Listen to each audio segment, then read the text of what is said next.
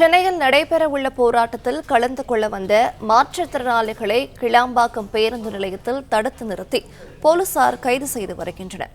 விவரங்களை தருகிறார் செய்தியாளர் வசந்த். வணக்கம். இந்த கைது தொடர்பான மேலும் விவரங்கள் என்ன பகிரலாம்?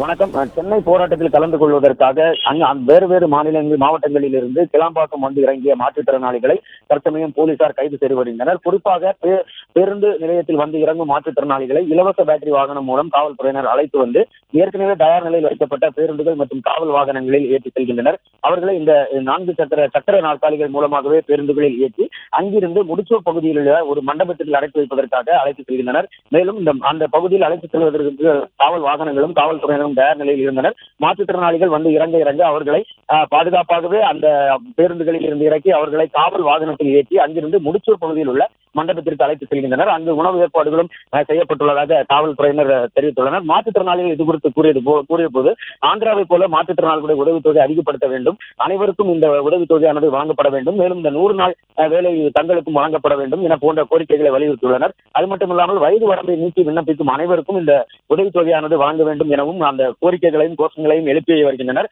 இருந்த போதிலும் இந்த காவல்துறையினர் அவர்களை வாகனத்தில் ஏற்றி மண்டபத்தில் அழைத்து செல்வதற்காக தற்சமயம் அழைத்து செல்கின்றனர்.